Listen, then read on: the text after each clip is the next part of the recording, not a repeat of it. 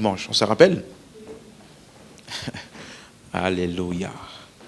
Donc, une chose qui est importante, et j'aimerais vraiment que chacun soit conscient de ça, une chose qui est importante dans notre marche chrétienne, c'est que la vie chrétienne a son langage, la vie chrétienne a sa culture, la vie chrétienne a son vocabulaire. Alléluia.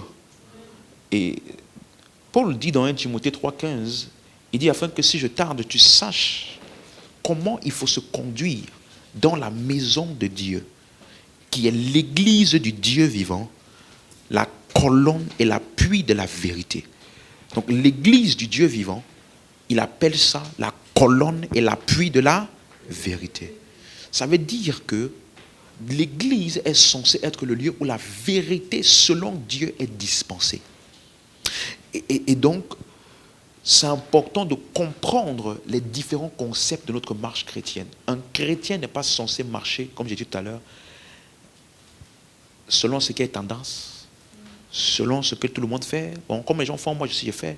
Tu dois être capable de comprendre pourquoi tu fais ce que tu fais.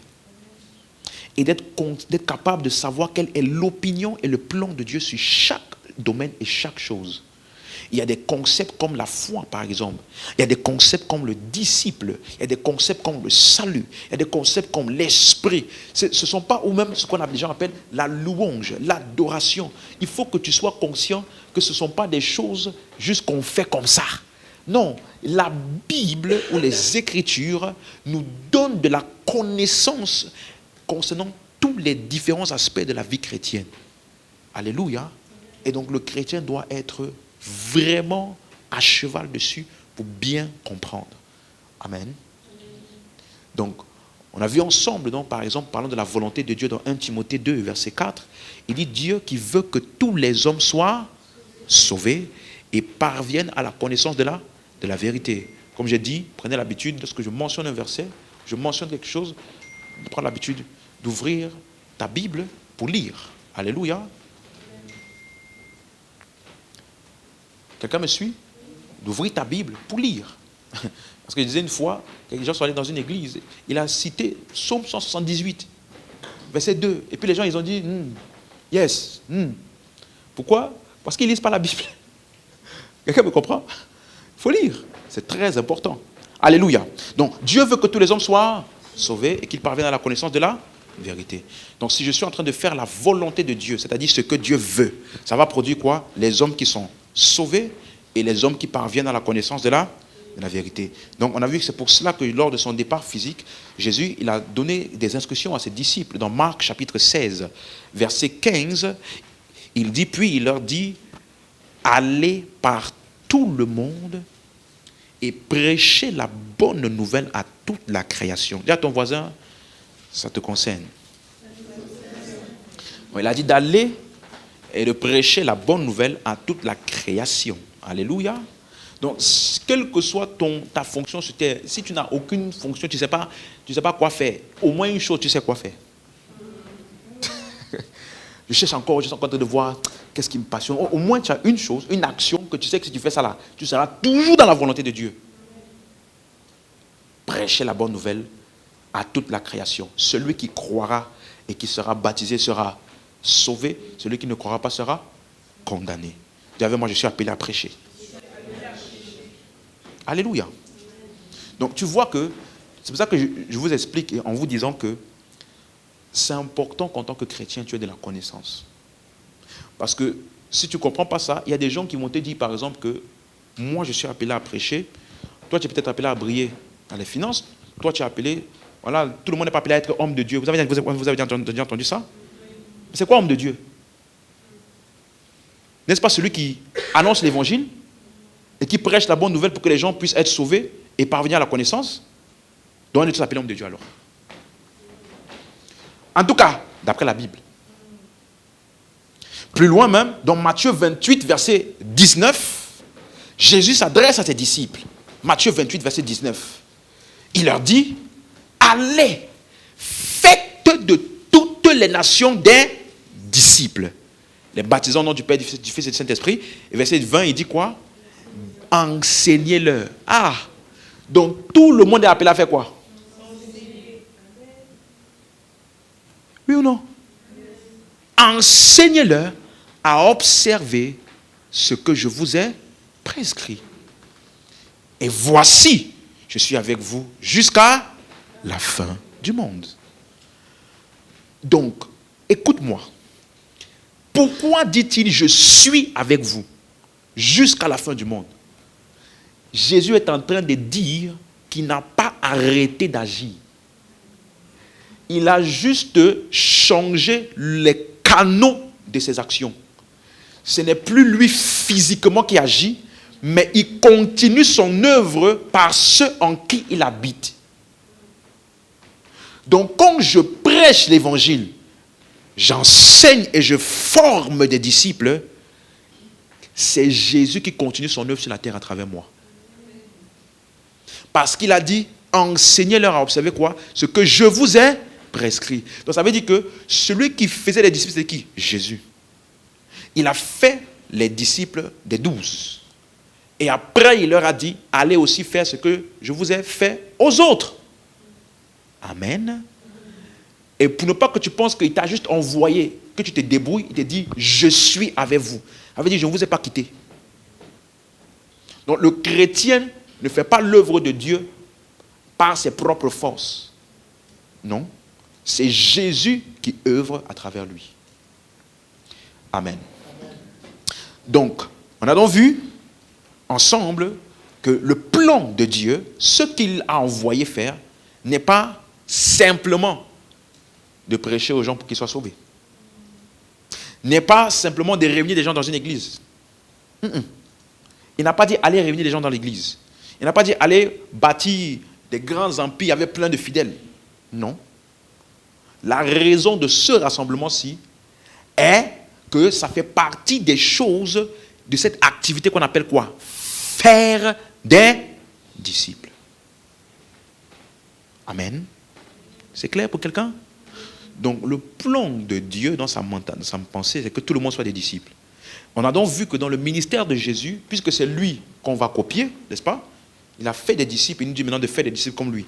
Puisque c'est lui qu'on doit copier, on a vu donc à quoi ressemblait son ministère. On a vu qu'il y avait 2 groupes de personnes dans son ministère. Tout le monde se rappelle de ça? 2 groupes.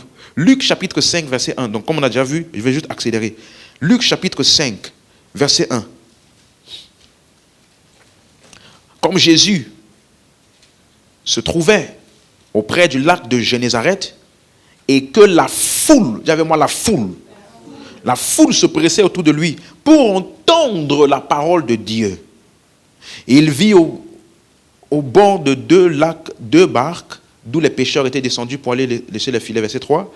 Il monta dans l'une de ces barques qui était à Simon et il le pria de s'éloigner. Et il s'assit. Et de la barque, qu'est-ce qu'il a fait? Il enseigna qui? La foule. Donc, on a vu que la caractéristique de la foule, c'est quoi? Ils viennent pour faire quoi? Entendre la parole de Dieu. Deuxièmement, ils viennent aussi pour être guéris. Verset 15. Sa renommée se répandait de plus en plus. Verset 15. Et les gens venaient en foule. Pour faire quoi? Pour l'entendre et pour être guéris de leur maladie. Donc, première caractéristique des personnes qu'on voit qui sont dans le ministère de Jésus, on les appelle quoi? La foule. Ils viennent pour faire quoi? Entendre et être guéris. Donc, ils aiment les messages, ils aiment l'enseignement, mais ils aiment aussi les miracles, la bénédiction, les bienfaits qui se produisent dans leur vie. Voilà ce qui les intéresse. Mais plus loin, dans Luc chapitre 6, verset 17 maintenant. Luc chapitre 6, verset 17. On dit, il descendit avec eux, il s'arrêta sur un plateau où se trouvait une foule des disciples et une multitude de peuples. Donc, deuxième catégorie, on voit qu'il y a aussi quoi? Des disciples. Donc, dans le ministère de Jésus, on a vu ça donc, il y a la foule et il y a les disciples. Et ce n'est pas la même chose. Pas du tout. Regardez, on a vu ensemble que il allait près de la mer, il a pris la barque de Simon et il a commencé à prêcher, n'est-ce pas? Et plus tard, quand il a fini de prêcher, il a dit à Pierre, va, jette ton filet de l'autre côté. Et Pierre a eu une pêche comment? Miraculeuse. Et après, il est venu pour dire, Seigneur, je ne suis pas digne d'être ton disciple. Vraiment, c'est extraordinaire. Et quand il a eu ça, Jésus lui a dit une phrase. Ouvrons Matthieu 4, verset 18. Matthieu 4, verset 18.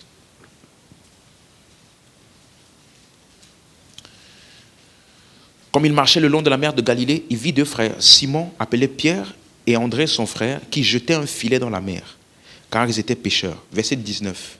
Et il leur dit, suivez-moi, et je vous ferai quoi? Pêcheurs d'hommes. Jésus n'a jamais dit à la foule de le suivre. On a même vu dimanche qu'il y avait des personnes de la foule qui essayaient de le suivre. Et il a dit, non, je ne peux pas rester ici avec vous, il faut que j'aille prêcher aussi dans les autres villes. Donc ce n'est pas tout le monde qui suivait Jésus partout où il allait. Quelqu'un me suit? Donc il y a un groupe de personnes qui suivaient Jésus et ils appellent des disciples. Et il dit, quand tu suis Jésus, écoute ceci. Tout le monde avec moi? Quand tu suis Jésus, ce n'est pas juste pour suivre. Quand tu suis Jésus, c'est pour devenir quelque chose. Le suivisme là te façonne. Il dit, suivez-moi et je vous ferai pêcheurs d'hommes. En ensemble. Donc ça veut dire que ce n'est pas juste un suivi pour suivre, je suis. Non. Dans le suivisme là, je vais bien rentrer dans le détail. Comment est-ce que quelqu'un devient pêcheur d'hommes? Parce qu'il dit, je vous ferai. Ça consiste à quoi exactement? Tu vas bien découvrir. Tu es avec moi? Tu es avec moi jusqu'ici? Donc, il dit que quand tu le suis, donc, suis-moi. Ça veut dire que la personne qui est entrée dans le disciple-là, et la personne qu'on voit après quelque temps là, n'est pas celle qui est entrée. Parce que quelque chose s'est passé dans le suivisme là. Il y a des choses qui ont changé. Il y a des choses qui ont été affectées dans sa vie. Il y a plusieurs choses que tu vas voir dans cette personne qui n'était pas là. Ou qui étaient là mais qui ne sont plus là. Par rapport au début. Amen. Tout le monde a compris ce que j'ai expliqué là? Donc, suis-moi. Matthieu 8, verset 18. Jésus, voyant une grande foule autour de lui. Jésus a vu quoi? Donc, il y avait une grande foule, n'est-ce pas? Regardez bien. Autour de lui, donna l'ordre de passer de l'autre bord. Donc, il avait fini de ministrer à cette foule-là. Il voulait passer de l'autre bord, dans l'autre ville, pour aussi aller ministrer là-bas. Verset 19. Un scribe s'approcha et lui dit, Maître, je te suivrai partout où tu iras. En d'autres termes, je veux sortir de la foule. Pour maintenant faire partie de ceux qui te suivent partout. Pour devenir ensemble. Et qu'est-ce que Jésus a répondu? Verset 20. Jésus lui répondit, les renards ont des tanières, les oiseaux du ciel ont des nids, mais le Fils de l'homme n'a pas où reposer sa tête. Verset 21. Un autre d'entre les disciples lui dit, Seigneur, permets-moi d'aller d'abord ensevelir mon Père. Mais Jésus lui dit, suis-moi et laisse les morts ensevelir leurs morts. Donc voici Jésus, pour la première fois, les gens viennent vers lui et quand les gens voulaient être enseignés, il enseignait. Quand les gens voulaient être guéris, il guérissait, sans condition. Mais pour la première fois, quelqu'un pose une demande de le suivre. Là, il dit, attention, me suivre là implique que des fois, tu n'as pas d'endroit où dormir, où mettre la tête. Ça veut dire, ça implique des fois un inconfort matériel. Il n'y aura pas toujours tout. Mais, je dois continuer à suivre. Deuxième chose, il dit, laisse-moi aller enterrer mon père. Ça veut dire, Jésus lui dit, suis-moi, laisse les morts enterrer les morts. Ça veut dire, suivre là, implique que même lorsque émotionnellement tu es affecté par des événements qui se sont produits, on continue à suivre. Donc une partie, quelqu'un avec moi? Quelqu'un avec moi? Une partie intégrante de ta formation de disciple sera ta capacité à rester consistant malgré l'inconfort matériel et malgré l'inconfort émotionnel. Si tu n'es pas prêt à ça, c'est une des raisons principales pour lesquelles il y a des personnes dans l'église et ils n'ont pas de croissance constante. Ils montent un peu pendant un moment, un événement se passe, ils rechutent. Ils montent un peu pendant un événement se passe, ils rechutent. Donc, si tu n'as pas cette conscience-là, tu vas avoir une vie chrétienne que j'appelle vie de chrétien yo-yo. Tu connais le yo-yo? Vous connaissez le yo-yo là? Ça descend, ça monte. Tu lances, ça revient. Tu lances, ça revient. Ça dit, il n'a pas un mouvement avançant. Il fait, suis-moi. Je lisais un livre et l'exemple que le livre, ça m'a beaucoup marqué. C'était le Dr. Miles Monroe qui disait ça, qu'un jour il est parti au magasin. Tout le monde suit? Il allait au magasin. Et il a vu sa fille, vous voyez les chevaux là hein? Cheval à bascule, voilà, ça là. Elle dit l'enfant, il met dessus. Et puis, il fait comme ça. Il fait comme ça. Et il dit, la fille, elle a fait ça pendant 30 minutes. Elle dit, ils sont partis faire tous les courses de tout le magasin. Ils sont revenus. Elle était là. Elle était là. Elle était là. Contente et tout. Du coup, elle a demandé. Du coup, elle a dit, c'est bon, on peut partir maintenant. Non, non, non, papa. Encore 10 minutes, encore 10 minutes. Il a dit, ok, d'accord, vas-y. Et elle a fait la bascule. Quand elle a fini 45 minutes, elle est descendue. Elle était fatiguée, tu la voyais transpirer. Et il dit, quand il a vu ça, Dieu lui a donné une leçon. Il y a beaucoup de gens qui font beaucoup de mouvements, mais sur place. Beaucoup d'activités. Mais, quand tu regardes leur niveau spirituel et leur niveau d'avancement spirituel, ils n'ont pas bougé. Mais ils sont actifs. Ils font les activités. Donc, quand on parle de la formation du disciple, là, ce n'est pas juste le fait de faire des choses, mais c'est de le faire de la bonne manière et endurer ce que ça implique. Il n'a pas donné cette condition à la foule. N'oubliez pas ça. Donc, Jésus est très bien conscient que dans son ministère, il y a les deux catégories. La foule et les disciples. Donc, on a vu ensemble que les disciples, là, quelles sont leurs caractéristiques? Leurs caractéristiques, c'est le fait que la foule, c'est ceux qui sont ce que j'ai appelé des fans.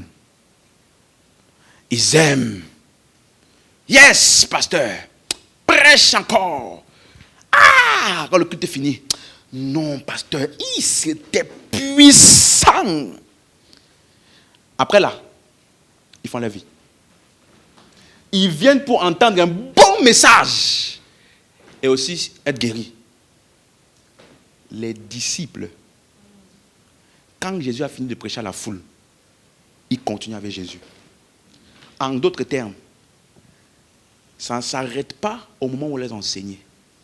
La caractéristique de la foule, c'est qu'ils suivent les instructions. La caractéristique, j'ai dit de la foule? Non. La caractéristique de la foule, c'est qu'ils aiment l'enseignement. Mais la caractéristique des disciples, c'est qu'ils aiment quoi? Les instructions. Parce que c'est par les instructions que tu suis. Celui de qui tu obéis aux instructions dit qui tu suis. Comme Paul dit par exemple aux disciples dans Galates chapitre 5, par exemple, versets 16, 17 et 18, il lit jusqu'au verset 22, il va dire là-bas, marchez selon l'esprit et vous n'accomplirez pas les désirs de la chair. Ça veut dire qu'un chrétien peut marcher selon l'esprit ou il peut marcher selon la chair. Comment on sait selon ce qui tu marches? Il dit, voici les œuvres de la chair. La colère, animosité, impatience, manque, impudicité. Il cite tous les œuvres de la chair, n'est-ce pas? Après, ici, maintenant, le fruit de l'esprit, c'est quoi? La paix, la joie, la patience, la maîtrise de soi. Donc, devant une circonstance, il y en a, ils vont péter des câbles, comme on dit. Hein? Ah non, non, mais moi, on ne fait pas ça, on ne fait pas ça, moi, on fait pas ça, moi. Ah! Et puis, il parle, il dit des choses que lui-même, après, il va regretter. Là, il a suivi quoi? La chair. Devant quelqu'un d'autre, devant la même circonstance, il va être calme. Seigneur, il ne sait pas ce qu'il fait. Pardonne-lui, il ne sait pas ce qu'il fait. Quelle est la différence? Le disciple fait quoi? Il suit par les instructions. Quand Dieu dit pardonne, hein, il commence pas à cogiter.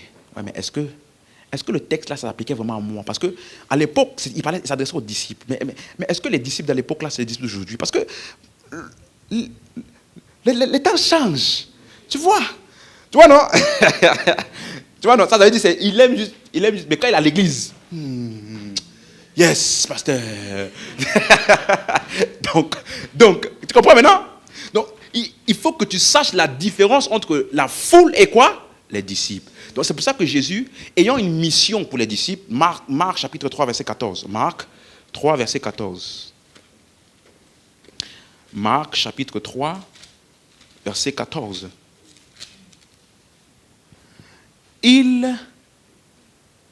Verset 13 d'abord, verset 13. Il monta ensuite, Marc chapitre 3, verset 13. Il monta ensuite sur la montagne, il appela ceux qu'il voulut et ils vinrent à lui. Vous voyez que c'est encore lui qui les a appelés? Ok? Verset 14. Il en établit 12. Pour faire quoi? Pour les avoir avec lui. Et pour les envoyer prêcher. Donc, suivez-moi. Donc, quand Jésus, plus loin là, comme on a vu à la fin, quand il a ressuscité tout ça, et qu'il leur a dit, allez prêcher la bonne nouvelle, hein? Allez, faites de toutes les nations. Ça, c'était la finalité qu'il avait en tête, n'est-ce pas? Mais pour que les disciples soient prêts pour cette finalité-là, il a d'abord commencé par faire quoi? Il les a pris avec lui. Donc, pour faire quoi? Tu comprends maintenant? Il les a pris avec lui pour, premièrement, faire d'eux ce qu'il faut pour qu'eux aussi, à leur tour, ils aillent faire les autres. Amen. Donc, le disciple-là, j'ai dit ça dimanche, ne se fait pas à distance. Il n'y a pas de disciple-là en ligne. Alléluia. Parce qu'il les a pris pour les avoir avec lui. Donc, poussons un peu plus loin. Luc chapitre 9, verset 59. Je pense que c'est là qu'on s'est arrêté dimanche. Luc chapitre 9, verset 59. Je t'ai dit, quand les gens viennent pour entendre, pour être guéris, Jésus, il enseigne et il guérit. Aucune condition. Maintenant, Luc 9, verset 57 même. On va commencer verset 57. Pendant qu'il était en chemin, un homme lui dit, Seigneur, je te suivrai partout où tu iras. Jésus répondit, les renards ont des tanières, les oiseaux du ciel ont des nids, mais le Fils de l'homme n'a pas de lieu où il peut reposer sa tête. Un autre lui dit, suis-moi, et il répondit, Seigneur, permets-moi d'aller ensevelir mon Père d'abord. Mais Jésus lui dit, laisse les morts ensevelir leurs morts, et toi va annoncer le royaume. Un autre dit, je te suivrai, Seigneur, mais permets-moi d'aller d'abord prendre congé de ceux de ma maison. Verset 62, Jésus lui répondit, quiconque met la main à la charrue et regarde en arrière n'est pas propre au royaume de Dieu. Maintenant, suivez bien. Ici, il ne parlait pas du salut. Non. Il parlait d'une fois que tu es sauvé et tu veux commencer à le suivre. Si tu n'es pas conscient de ça, tu ne pourras pas le suivre. Pourquoi? Parce que les oiseaux des tanières, le Fils de l'homme n'a pas d'endroit où mettre la tête. L'inconfort matériel va t'empêcher de le suivre. Laisse les morts aller enterrer les morts. Les douleurs ou alors l'inconfort émotionnel va aussi te distraire. Troisièmement, permets-moi d'aller prendre congé des gens de ma maison. Pourquoi avait-il besoin d'aller prendre congé? Parce que sinon, on va penser qu'il est impoli. N'est-ce pas? Donc ça veut dire la réputation, le désir de bonne réputation peut t'empêcher de le suivre. Donc quand il dit que tu n'es pas propre là, ce n'est pas une critique. Il te dit juste que si tu ne surpasses pas ces choses-là, en cours de chemin, tu risques de quitter le bateau. Donc suis-moi. Dis à ton voisin ceci. On suit Jésus. Non, dis le vrai disciple. Il suit Jésus malgré l'inconfort matériel. Malgré l'inconfort émotionnel. Et malgré les réputations des hommes.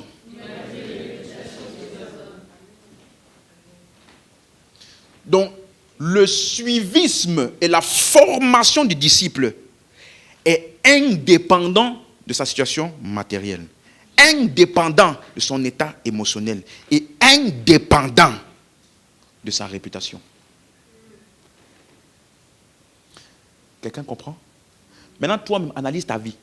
Si tu es croyant depuis des années et que tu as remarqué qu'il y a une période de ta vie où tu ne grandissais pas, il y a un de ces trois-là qui t'a freiné.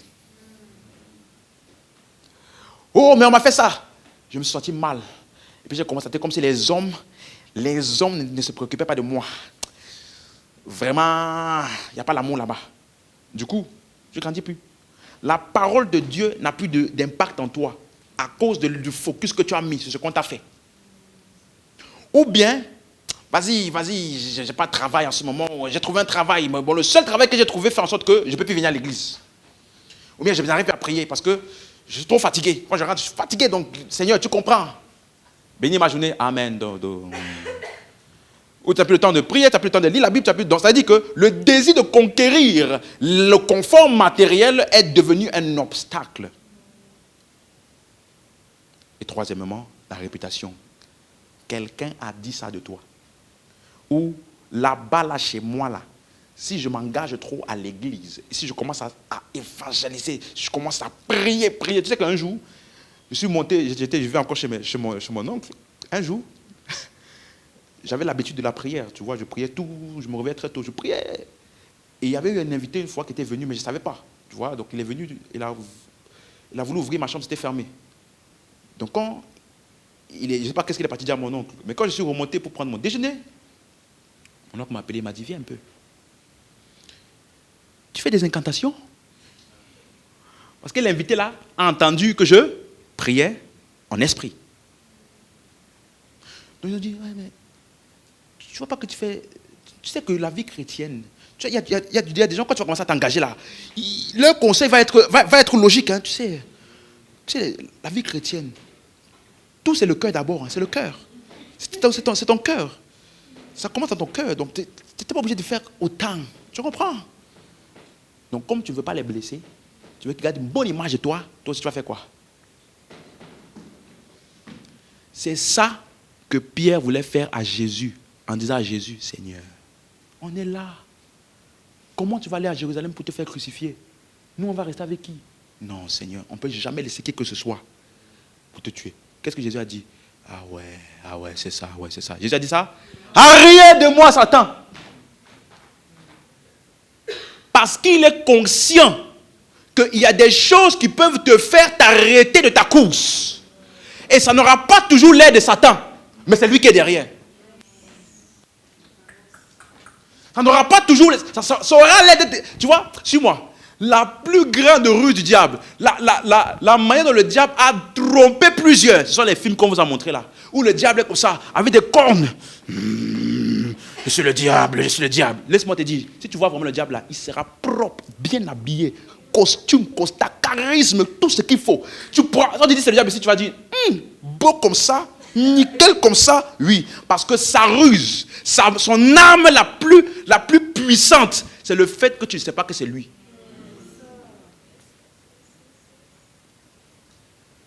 C'est pour ça qu'on dit la ruse. Quand quelqu'un veut t'arnaquer là, est-ce qu'il vient te dire, je viens pour t'arnaquer? Il te fait croire comme s'il veut ton bien. Mais en fin de compte, il veut t'arnaquer. C'est ça qu'on appelle la ruse. Ça veut dire, je ne viens pas en face. Je viens par un stratagème pour que l'objectif soit atteint malgré tout. Donc, il y a des gens, ils ne savent pas que là, c'est la voix du diable à laquelle ils ont donné oreille. Ils ne savent pas. Quelqu'un dit une fois, vraiment là, en ce moment-là, j'ai des doutes. J'arrive plus à lire même la parole. Parce qu'on m'avait dit que je fais trop les choses à l'église. Du coup, j'arrive plus. Suis-moi. Les pensées là, qui viennent dans ta tête là, qui te freinent là, c'est la voix du diable. Mais tu sais c'est quoi l'arme du diable? Je vais te donner un autre exemple. Je crois que j'ai déjà donné cet exemple ici. Il y avait 2 hommes. Tout le monde suit? Je vais t'expliquer comment le diable fonctionne. Hein. Tu vas voir, tu vas très bien voir. Il y avait 2 hommes qui dormaient. Je crois que j'ai déjà donné cet exemple ici. Ils dormaient, les 2 hommes là, ils dormaient. Et puis un autre homme est venu. Il a pris un Snapchat, je crois que c'est Snapchat. Snapchat, ils ont des filtres là. Ils ont des filtres là sur Snapchat. Ça veut dire que ça peut te faire comme si tu es chauve alors que tu as les cheveux. Ça peut te faire comme si tu n'as pas de soucis alors que tu as des soucis. Donc il a pris un filtre sur Snapchat. Il a filmé un des 2 qui dormait sans ça là. Tu vois, non? Et comme il avait une petite frange, il a coupé la frange là. Et il a mis ici sur lui comme ça. Donc le gars, il a dit, regarde la photo, regarde la photo. Et il a pris la tondeuse. Il a mis dans la main de l'autre qui dormait à côté. Et il est venu, il a dit, regarde, il a montré la photo. Il n'avait pas les soucis rasé. Mais il a montré la photo. Et regarde ce qu'il a fait. Regarde ce qu'il a fait. Il a vu comment ses soucis étaient coupés. Qu'est-ce qu'il a fait? Il s'est réveillé de son sommeil. Ah, pourquoi il m'a fait ça? Il a pris la tondeuse qui était dans la main de l'autre. Il a commencé à raser les cheveux de l'autre dans son sommeil. Et il s'est réveillé, l'autre s'est réveillé dans son sommeil. Ah, pourquoi tu fais ça? Et lui là, il était vraiment costaud. Donc il a maintenant arrêté l'autre-ci. Il a repris la tondeuse. Il a aussi rasé l'autre. Donc maintenant les deux se sont rasés. Et l'autre qui est venu monter la photo là, il était là de l'autre côté, en train de rire comme ça.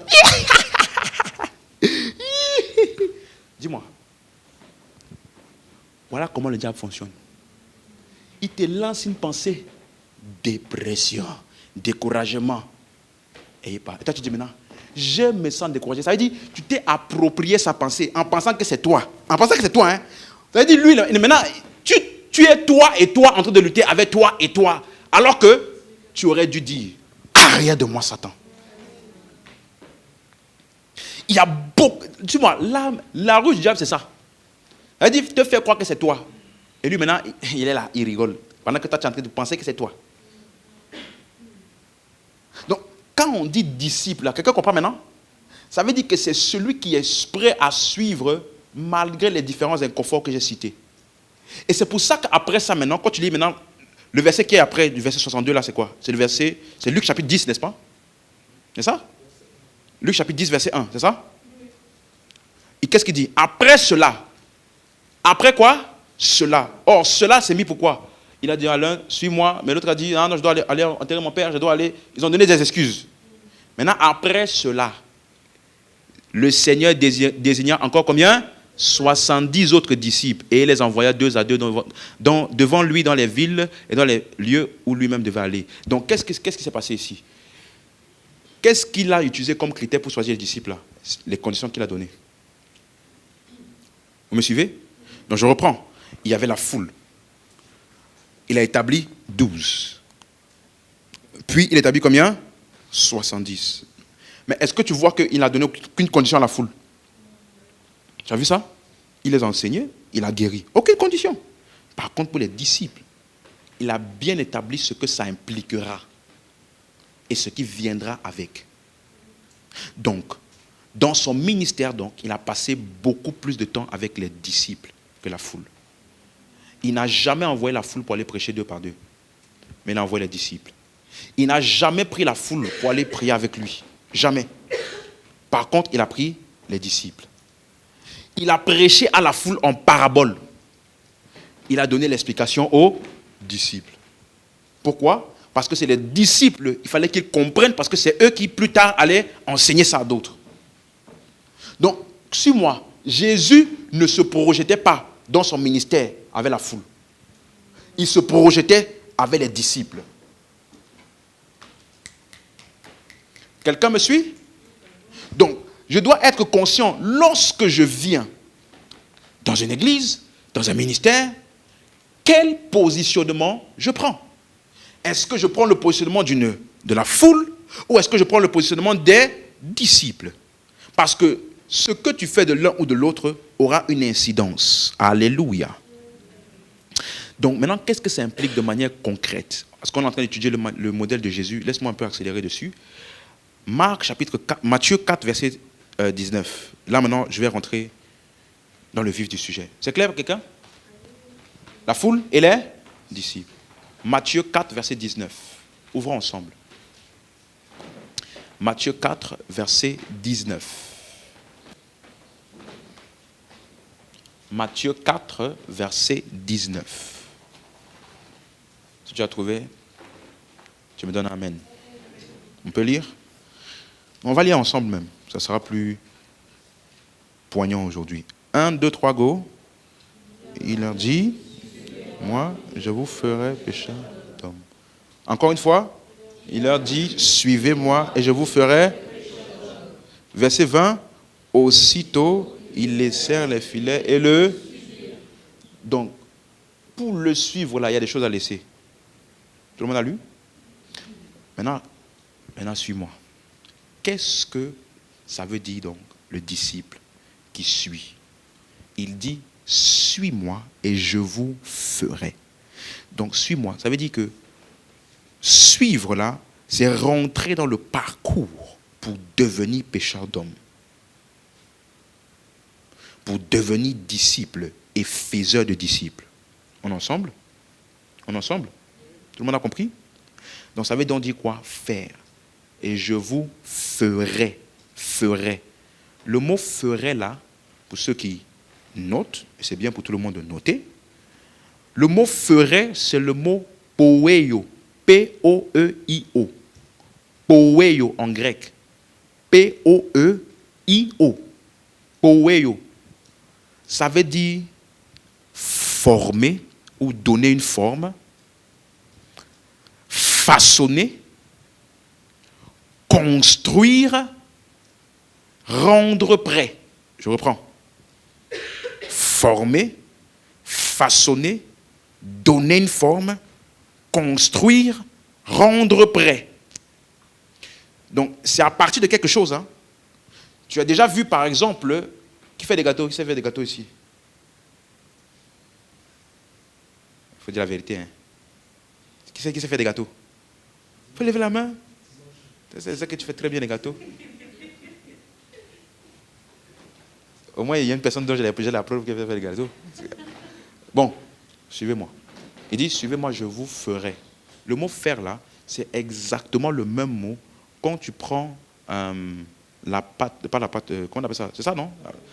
Non, oui, bon, mais dans le gâteau là, ce que tu mets dans le moule là, comment on appelle ça? La pâte à gâteau, ce que tu fais là. On appelle ça quoi? Pâte à gâteau. Ok. Préparation. En tout cas, ce qu'on met dans le moule là. Hein?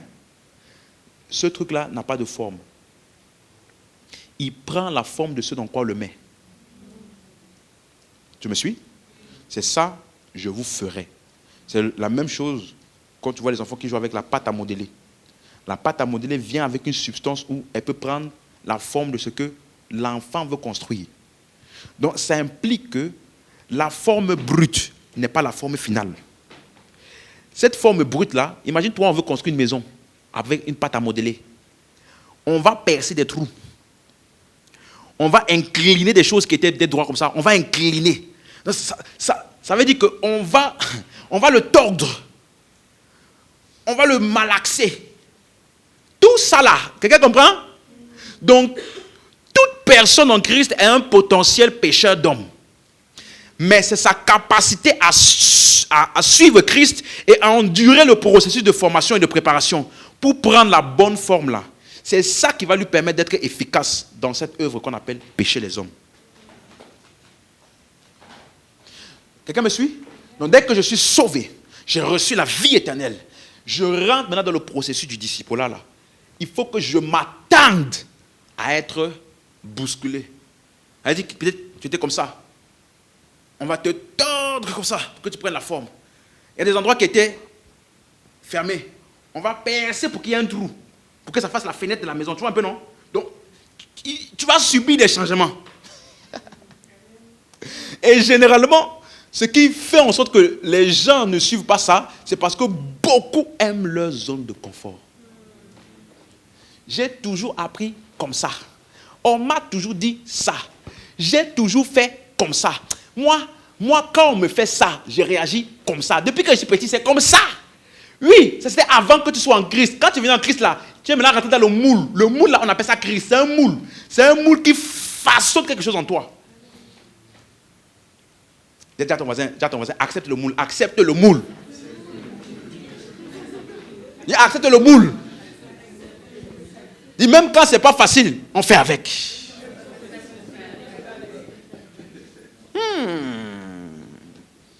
Donc, comme on a lu dans Marc 3, verset 14, qu'il les a pris pour les avoir avec lui, pour ensuite les envoyer prêcher. Donc, ça veut dire que tout ce façonnement-là, c'est pour que tu sois prêt pour la mission. Vous savez pourquoi? Suis-moi. Est-ce que je peux te parler? Vous savez pourquoi il y a des gens qui sont zélés pour l'œuvre de Dieu, mais qui sont à l'origine des scandales? Vous savez pourquoi? Imagine-toi une église comme celle-ci. Regardez, il y a beaucoup de personnes, n'est-ce pas, qui écoutent ce que je dis. Donc, les gens sont crédules. D'autres personnes sont vulnérables. Il y a des personnes qui ne savent pas résister. Donc, du coup, ils profitent des gens. Il y a des hommes qui ne savent pas se contenir. Tu vois 1, 2, 3, 4, 5 femmes devant lui. Hey, c'est la fiesta. Tout ça pourquoi? Parce que beaucoup ont voulu faire l'œuvre sans être préparés pour l'œuvre. Donc Jésus n'a pas commencé à les envoyer. Il y a des gens qui font l'œuvre du ministère, mais ils sont tombés par exemple dans l'amour de l'argent. Parce que les gens leur donnent de l'argent, du coup ils se disent, ça veut dire que je peux prêcher un message et puis tout le monde vide son compte comme ça. Du coup, il ne peut plus lire la Bible normalement. Il va lire la Bible pour chercher le moyen d'escroquer les gens. Mais ça, je ne sais pas. Mais qu'est-ce qui a fait qu'il puisse incliner son cœur à ça? Ce cœur-là n'avait pas été façonné dans le moule. Il n'est pas passé par le processus. Donc, il voulait les envoyer prêcher. Mais il a dit d'abord, il faut qu'ils soient avec moi. Avec moi. Donc, quelqu'un comprend maintenant? Avoir avec lui. Donc, c'est quoi un disciple? Jésus a dit dans Matthieu 28, 19, allez, faites de toutes les nations des disciples. Donc, je commence à... C'est en vrai, en vérité. Voici là où mon message commence. Donc, c'est quoi un disciple? Le mot disciple, c'est le mot grec. Note bien ça et n'oublie jamais ça. C'est le mot grec matheutéo. M-A-T-H-E-T-E-U-O. M-A-T-H, comme maths, comme les mathématiques. Tu vois? Maths. Mathé-E. Et puis tu mets après Teo. T-E-U-O. Matheutéo. C'est clair? C'est clair pour tout le monde? Ok, maintenant regarde ceci. Ça veut dire quelqu'un qui apprend. Ça veut dire un étudiant. C'est la même chose que quelqu'un qui s'inscrit à l'école. C'est clair? Donc, c'est pour ça qu'on dit que Dieu veut que tous les hommes soient sauvés. Qu'ils fassent quoi? Qu'ils parviennent à la connaissance. Donc, après ton salut, tu vas rentrer dans un processus où tu vas apprendre. C'est ça qu'on appelle le discipolat. Donc, le disciple, matheutéo, c'est quelqu'un qui apprend. C'est un étudiant. Et le fait que ça commence, suis bien maintenant, suis bien. J'ai dit que le mot faire là, ça veut dire quoi? Façonner, n'est-ce pas? Redonner forme, incliner tout ça là, n'est-ce pas? Mais ça se passe où? Le mot maths là, qui a mathé dans matheutéo, ça implique un travail mental. Tu vois, quand tu fais les mathématiques là, tu fais les mathématiques où? Donc quand on dit les maths, ça veut dire que ça se passe où? Dans la tête. C'est un travail mental. Donc, l'endroit où le disciple va subir le reformatage là, j'ai appelé ça le bout. Quand on dit suivez-moi et je vous ferai, le mot ferai là, ça veut dire reformater, redonner une forme. Donc l'endroit qui va être reformaté, c'est où? Système de pensée. Donc le disciple va subir un changement de mentalité sur beaucoup de choses. Et ce changement mental va finir par se voir dans ses actions. Mais le discipolat commence où? Ici. C'est pour ça que le mot matheutéo a d'autres dérivés en grec, comme par exemple mathétes. Mathétes. Ça c'est le nom. Mathétes. Et le verbe c'est mantano. M-A-N-T-H-A-N-O. Mantano. Tout ça, ce sont les dérivés du même mot. Ça veut dire un apprenti, un stagiaire. Qui a déjà fait un stage ici? Ou apprentissage, alternance. Est-ce que tu comprends pourquoi on vous demande de faire des stages? Parce que quand tu vas à l'école, tu as les informations théoriques. Tu n'as pas les informations pratiques. Peu importe comment on te montre la recette pour faire un gâteau. Tant que tu ne vas pas à la boulangerie avec le maître pâtissier là, pour que tu vois de manière pratique comment est-ce qu'on met en pratique l'information théorique que tu as eue à l'école, tu ne seras pas complet. Donc le discipolat là, c'est théorique et pratique. Donc c'est un apprenti. Donc on te prêche la parole, oui, mais il y a aussi des plateformes qui te permettent de pratiquer ce que tu as appris. Et il y a des maîtres qui te sont attribués, avec qui tu vas apprendre ce que tu dois apprendre. Quelqu'un suit? On ensemble. Laisse-moi te donner deux versets où c'est écrit. Matthieu 9, verset 13. Vous allez voir le mot matheutéo. Matthieu 9, verset 13. Matthieu 9, verset 13. Matthieu chapitre 9, verset 13. Allez et apprenez ce que signifie « Je prends plaisir à la miséricorde et non au sacrifice ». Allez, faites quoi? Apprenez. C'est le mot mathéo. Donc mathéo veut dire quoi? Apprendre. Un autre texte très très puissant, le texte là, Matthieu 11 maintenant, verset 29. Et je veux qu'on lise ça dans la version Semeur et dans la version Darby. Matthieu 11, verset 29. On va lire ça dans trois versions. Louis II, Semeur, Darby. Matthieu 11, verset 29.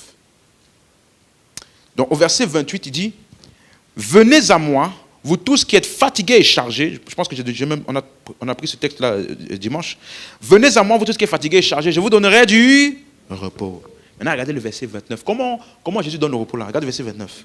« Prenez mon joug sur vous et recevez mes instructions. » Le mot « recevez mes instructions », c'est le mot mathéo. Tu vois maintenant? « Car je suis doux et humble de cœur, et vous trouverez du repos pour vos âmes. » Quelqu'un a la version Darby? Darby, tu peux lire s'il te plaît? Prenez mon joug sur vous et apprenez de moi. Vous comprenez maintenant? Donc le mot recevez mes instructions, ça veut dire quoi? Apprendre de lui. Apprendre de lui, ça veut dire deux choses. Ça veut dire que dans le disciple-là, la matière que tu apprends là, c'est Christ. C'est à son sujet, c'est de lui que tu apprends. C'est concernant Jésus. Donc, quand tu vas à l'école de médecine, c'est pour apprendre quoi? Médecine. Quand tu vas à l'école de droit, c'est pour apprendre quoi? Le droit. Maintenant, quand tu viens à l'église en Christ où on te forme comme disciple, tu apprends quoi? Christ. Tu me suis? Apprenez de moi. Donc, dès que tu as reçu le salut, sache que tu t'es inscrit dans une école où tu vas apprendre qui? Christ. Donc, si tu viens à l'église, on t'apprend les finances. On s'est trompé d'endroit. On t'apprend la politique, on s'est trompé d'endroit. Ce n'est pas ici qu'on apprend ça. Ce qu'on apprend ici, c'est lui. Maintenant, suis-moi. Version Semeur. Là, c'est encore plus fort. Prenez mon joug sur vous et mettez-vous à mon école. Dis à ton voisin, mets-toi à l'école de Jésus, mets-toi à l'école de Jésus, mets-toi à l'école de Jésus. Quelqu'un me suit? Suis-moi maintenant. Des fois, quand je dis ça, ça fait mal, mais c'est la vérité. Suis-moi maintenant. Quand tu viens à l'école, tu ne sais pas. Tu ne connais pas. Si tu connaissais, tu serais professeur là-bas. Donc, aucun élève ne peut venir dire à l'école, je veux qu'on m'enseigne comme ça. Normalement, je pensais que c'est comme ça qu'on devait m'enseigner. Si tu savais comment on enseigne, tu devais être enseignant. Ah, mais depuis arriver à l'église là-bas, vraiment, je pensais que le pasteur allait faire comme ça, ou on allait me faire comme ça. Tu ne connais pas.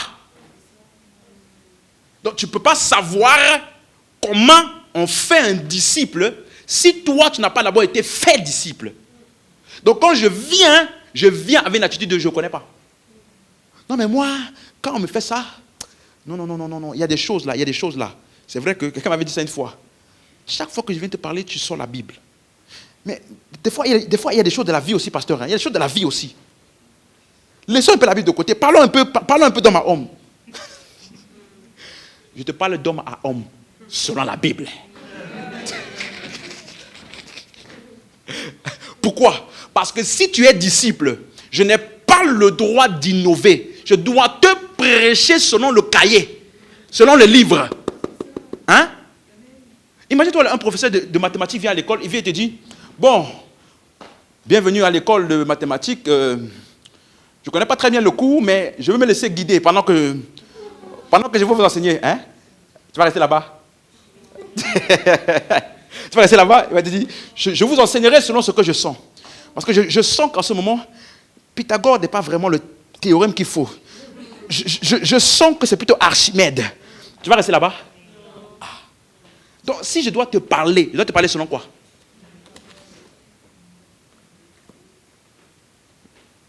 Mais quand je suis sauvé et que je rentre dans ça là, je viens dans une école. Je dois dire, mettez-vous à mon école. Donc le discipulat est une inscription, est une entrée dans une école où tu vas être enseigné et formé. Et dans l'école là, il n'y a pas que l'enseignement verbal. Dans ton école, il y a aussi des stages. Dans ton école, il y a des règles, oui ou non? Dans ton école, il y a des exercices, il y a des devoirs, il y a des examens, oui ou non? C'est tout ça là qui fait maintenant que quand tu sors là, tu es capable, si tu es sorti médecin, d'opérer quelqu'un. Imagine-toi un médecin, il dit, je viens de sortir de l'école, je n'ai jamais pratiqué, mais je connais tout ce qu'il y a dans le livre de médecine. Tu vas le laisser t'opérer? Pourquoi? Non, dis-moi pourquoi? Il n'a pas d'expérience. Maintenant, nous, on veut dire à l'église, venez, on va juste vous enseigner. Si on met une règle, ou bien si on reprend quelqu'un par rapport à ce qu'il a fait, ou on lui donne des exercices à faire. Ils sont vraiment Dieu là-bas. Hein. Moi, je ne vois pas l'amour de Dieu là-bas. C'est parce que tu n'as pas compris comment on fait un disciple. Disciple là, ce n'est pas la théorie seulement. La parole de Dieu n'est pas pour être enseignée seulement, elle doit être pratiquée. Et l'église doit être un cadre où on te donne tout ce qu'il faut, une plateforme pour que tu pratiques ce que tu entends.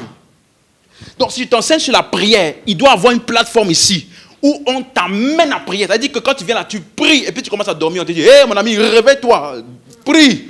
Qu'est-ce qu'on est en train de faire? On est en train de t'aider à apprendre ce que tu as appris dans l'enseignement. Il n'y a pas que la théorie. Beaucoup de gens, ils sont trompés eux-mêmes parce qu'ils pensent qu'ils vont venir s'asseoir à l'église et puis c'est tout. Oh, le pasteur là-bas, non, j'aime quand il prêche. Franchement, chaque fois ça me parle. Ça me parle. Ça produit quoi? Quand on dit veille de prière, tu n'es pas là. Évangélisation, tu n'es pas là. Aller enseigner aux gens, tu n'es pas là. Donc, ça te parle pas. Quelqu'un me comprend? Quel que soit le niveau de profondeur d'enseignement que tu recevras, ça doit produire des choses que tu pratiques. Parce que toute théorie sans pratique, on ne peut pas vérifier si c'est vrai même. Pas vérifier si c'est pertinent. Mais quand je viens, j'apprends, le corps humain est comme ça. La côte est ici, le pancréas est ici, le foie est ici. Et puis, 2 semaines après, stage à l'hôpital. On t'emmène dans la salle d'opération. Où les schémas là que tu as vu dans ton cahier là, c'est des schémas, hein. C'est des schémas, c'est des dessins. Mais quand tu vas rentrer dans la salle d'opération, tu vas voir que c'est pas la même chose, hein. Quand je voyais le dessin là, ça me faisait rien dans le cœur. Mais quand je vois comment le corps de quelqu'un, Seigneur, ta grâce. Il y en a même, ils vomissent. Parce qu'ils n'ont jamais vu le dedans du corps là. Donc tu vois que les dessins qu'il y a à l'école là, et ce que tu vois sur ce n'est pas la même chose. Donc quelqu'un qui te forme sans te donner des plateformes pour pratiquer ça là, vous plaisantez vous deux, vous êtes dans la plaisanterie. Ce n'est pas le disciple là. Donc c'est pour ça que Jésus a enseigné à ses disciples. Les disciples ont dit, enseigne-nous à prier. Il a enseigné sur la prière, n'est-ce pas? Qu'est-ce qu'il a fait après? Il les a amenés avec lui. Venez, on va prier. À la montagne, ils ont prié. Il les a enseignés, il faut prêcher l'évangile, il faut prêcher. Qu'est-ce qu'il a fait après? Il les a envoyés 2 par 2 pour prêcher. Tu me suis? Il a enseigné qu'ils ont la puissance de guérir les malades. Il a guéri les malades. Après, lui-même les a envoyés. Ils ont aussi guéri les malades. Donc, disciple là, hein? C'est pas juste, tu sais, dans la vie, il y a ça. La parole de Dieu dit ça. Amen. Non. Des fois, tu vas venir, tu vas dire, oui, pasteur, il s'est passé ça, il s'est passé ça, il s'est passé ça, il s'est passé ça. C'est chaud. Le pasteur va dire, d'accord. D'après la parole, hein, voici ce que tu dois faire maintenant. Ce que tu dois faire maintenant, là, c'est ignorer ça. Continue. Mais, ça me touche, pasteur, hein? Je me rappelle la première fois que j'ai vécu une vraie persécution dans ma vie chrétienne. C'était mes parents. Je venais de me convertir, quitter l'église catholique. Et j'arrivais à l'église. Mon père m'avait menacé la veille. J'avais jamais eu ce genre de menace là. Heureusement que j'étais en France, il était au Cameroun. Il m'a menacé. Mon cœur tremblait. La nuit là, la nuit je dormais. Ça va, ils sont loin. Il m'a menacé, tu vas plus là-bas. Du coup, je suis venu à l'église. Abattu comme tu ne peux pas imaginer. Triste, abattu comme jamais. Je pensais que le pasteur allait dire, ouais, c'est vrai, c'est dur. Je te comprends. Quand j'ai fini d'expliquer la situation, il a éclaté de rire. J'ai dit, pasteur, ma vie est en danger. Hein? C'est grave, hein? Il a dit, tu sais pourquoi je ris? Viens t'asseoir. Il a ouvert la parole. Matthieu 5. heureux serez-vous lorsque vous serez persécutés pour mon nom. Verset d'après. Réjouissez-vous, car votre récompense sera grande dans les cieux. Dès que j'ai lu ça, j'ai commencé à rigoler. J'ai oublié les problèmes qui sont à la maison. Merci homme de Dieu. Qu'est-ce qu'il venait de faire? Il venait de m'enseigner, mais de m'enseigner à pratiquer. Donc quand on te dit disciple là, c'est pas juste que tu vas venir dans un endroit, on va te donner les informations, tu vas être content de rentrer chez toi. Le disciple suit et pratique ce qu'il en prend. On lui donne un contexte dans lequel il va pouvoir pratiquer ce qu'il apprend. Donne-moi un bon amen. Est-ce que tu as suivi? Un autre endroit. Matthieu 24, verset 32.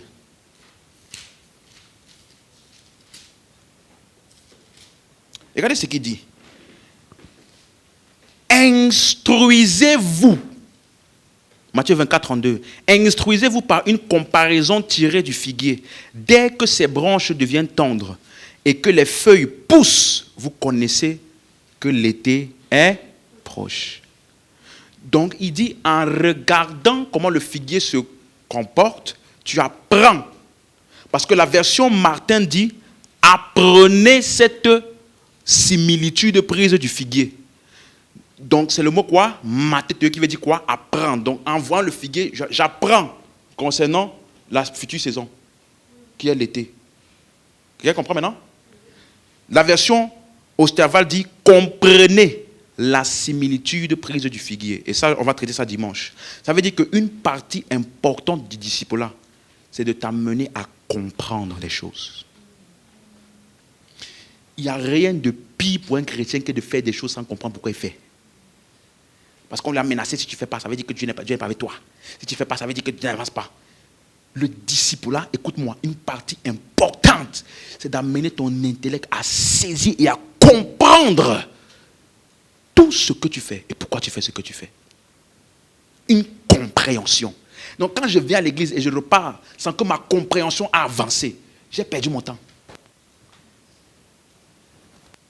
Comprendre. Mathéo. Laisse-moi terminer par ceci. C'est clair? Donc Mathéo veut dire quoi? Apprendre. Rentrer dans l'école où tu vas comprendre des choses, où tu vas être amené à pratiquer. C'est ça? Et tu vas être reformaté.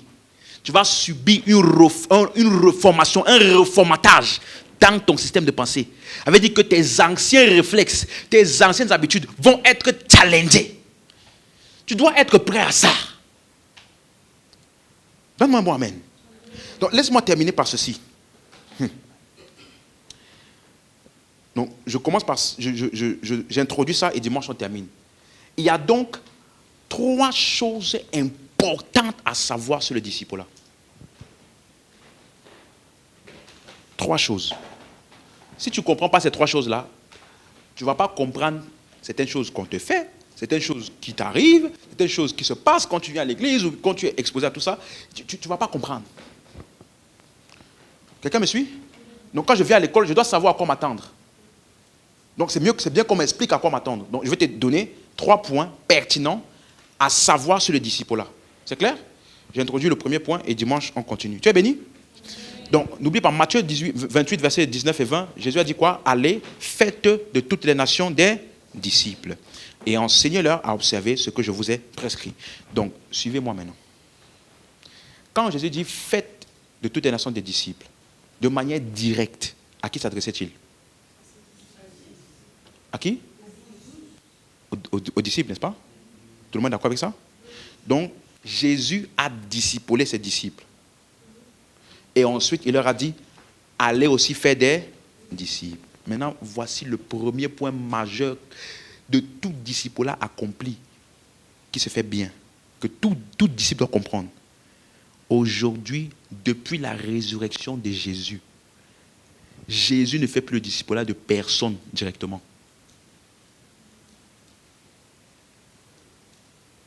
Je reprends? Tu as compris? Jésus a fait le disciple-là direct de qui? Et après, il a dit quoi? Donc la raison pour laquelle toi et moi nous servons aujourd'hui, ce n'est pas Jésus de Nazareth là, qui était là physiquement là, c'est pas lui qui nous a parlé, c'est quelqu'un qui nous a prêché l'évangile. Vous comprenez maintenant? Donc, ça veut dire que le disciple-là n'est plus fait par Jésus homme là, physiquement là. Non, Jésus va utiliser quelqu'un pour te discipuler. Donc, tous les gens qui disent, moi, ma relation avec Dieu, c'est moi et Dieu. Tu es déjà à côté. Moi, c'est Dieu. Dans tous les cas, les hommes sont faillibles. Dans tous les cas, les hommes peuvent te décevoir. Mais Dieu ne te décevra pas. Et puis, tu lis la Bible. Qui a écrit la Bible là? C'est Dieu. C'est Dieu qui a écrit la Bible. Et ça ne s'adressait même pas à toi. Épître aux Éphésiens. Tu as Éphèse? Épître aux Corinthiens. Tu as à Corinthe? Hein? Donc, les gens à qui ça s'adressait, ce sont des gens, il n'a pas dit épître à toute la ville d'Éphèse, à l'église d'Éphèse. Donc, si tu n'as pas une église locale dans laquelle tu vas, ça ne s'adresse pas à toi. Parce que ça s'adressait à qui? À des églises. Épître aux Éphésiens.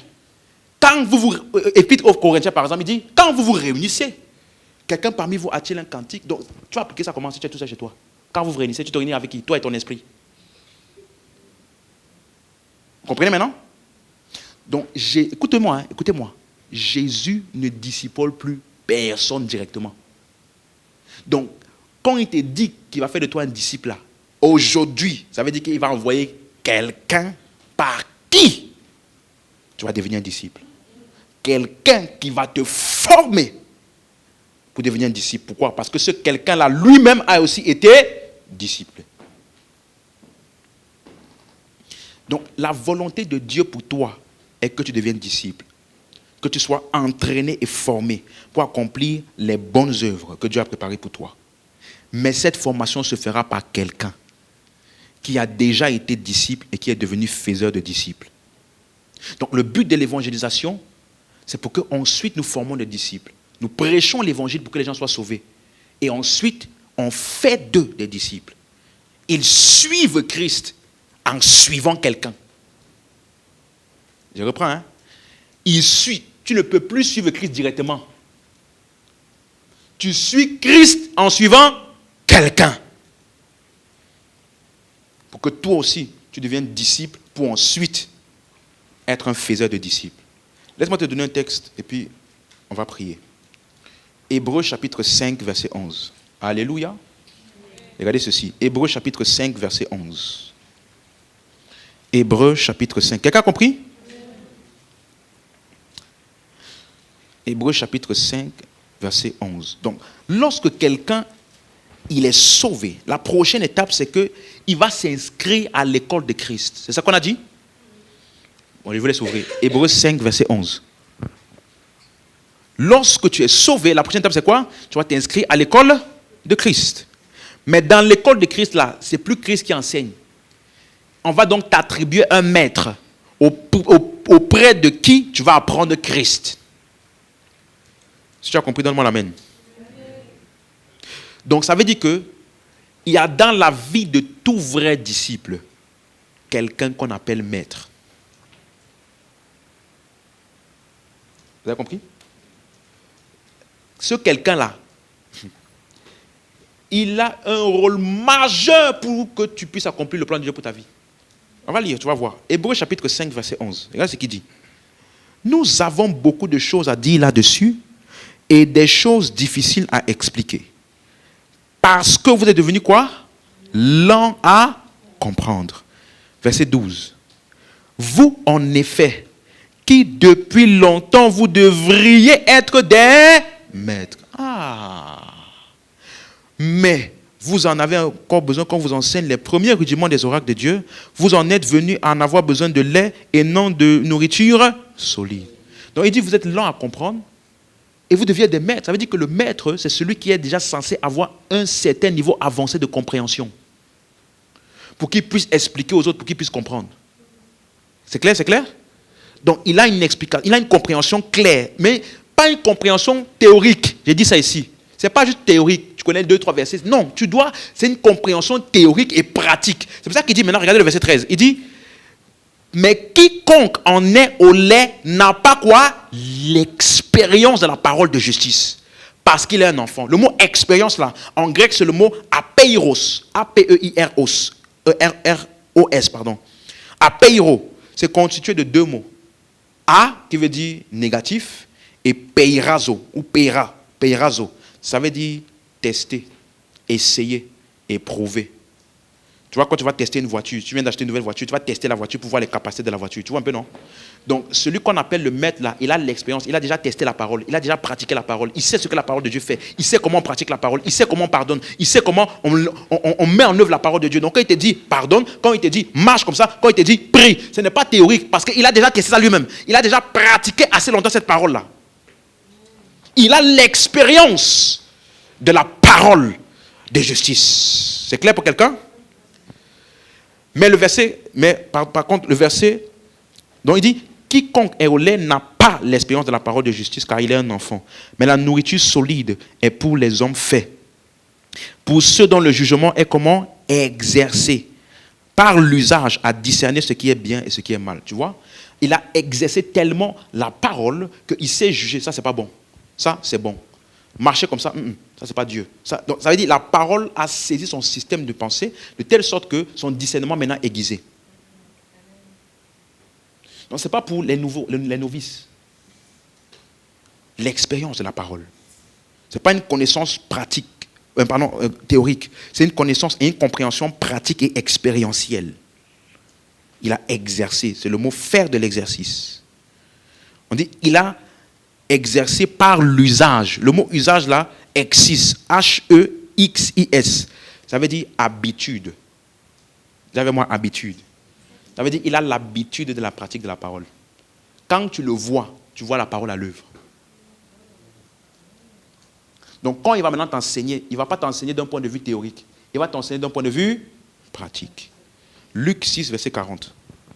Luc 6, verset 40. Luc 6. Amen, amen, amen. Ok. Luc 6, verset 40. Jésus dit ceci. On peut lire ça ensemble? Luc 6, verset 40. C'est le dernier verset pour ce soir. C'est clair? Tout le monde a compris c'est quoi un maître? Il a compris, il a expérimenté la parole, il est devenu mûr, il est mature par l'expérience de la parole. Et il est rempli de sagesse parce qu'il a un discernement aiguisé. Il sait quand c'est pas bon, il sait quand c'est bon. Amen. Et regardez ce que Jésus dit maintenant dans Luc 6, verset 40. On peut lire ensemble? 1, 2, 3, go. Le disciple n'est pas plus que le maître. Et tout disciple accompli est comme son maître. Comme son maître. Donc dans la vie de tout disciple, il y a ce qu'on appelle un maître. Un maître. Quelqu'un qui a été assigné à ta vie pour t'amener à devenir un disciple de Christ. Parce que Jésus ne fait plus le disciple-là personnel de qui que ce soit. Il s'en est allé. Et il a dit à ses disciples, faites des disciples. Donc ça veut dire qu'il y a une relation primordiale dans la vie de tout croyant, qui est une relation qu'on appelle maître en disciple. C'est ce que certains appellent père spirituel, fils spirituel. C'est ce que les personnes appellent le pasteur et les brebis. C'est la même chose. Ça veut dire celui qui suit et qui apprend pour devenir comme. Alléluia. On peut se lever.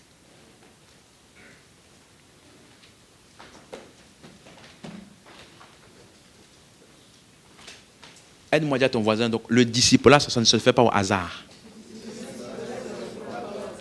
Donc il n'y a personne qui se revient un matin. Hey, je suis devenu disciple. Comment tu as fait?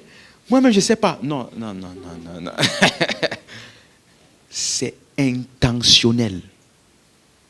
C'est intentionnel. Je suis de manière intentionnelle. Donc dimanche, on va voir ça. Ça veut dire qu'une des choses donc, que tu dois faire, que tu dois voir très vite quand tu es sauvé, c'est d'identifier qui sont, ou qui est plutôt le maître que Dieu a assigné à ma vie pour que je puisse le suivre.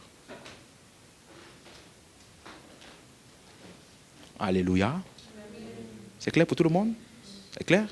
Donc, on se donne rendez-vous dimanche pour la suite de ça. Et j'aimerais juste que tu élèves la voix, élèves les mains et tu rends grâce à Dieu pour ce que tu as entendu. Et tu pries selon ce qui a marqué ton esprit. En disant, Seigneur, J'ai compris, j'ai écouté ta parole et je veux m'aligner. Je ne veux pas être de ceux qui sont juste de la foule. Je ne veux pas être de ceux qui choisissent juste qu'est-ce qu'ils vont appliquer dans la parole. Je ne veux pas être de ceux qui marchent de manière indépendante. Je ne veux pas être de ceux qui ne veulent pas être reformatés, qui n'aiment pas être sortis de leur zone de confort. Je veux m'aligner à ta parole. Je veux marcher selon tes instructions, afin de devenir ce que tu attends de moi, afin de marcher comme tu attends de moi. Oh, Abba Père, ce soir, nos cœurs sont disposés à recevoir, à s'aligner, afin de marcher selon ta parole. Au nom de Jésus-Christ. Amen. Alléluia. Amen. Donc, on a terminé pour ce culte de ce soir. Je vous donne rendez-vous dimanche pour la suite. Alléluia.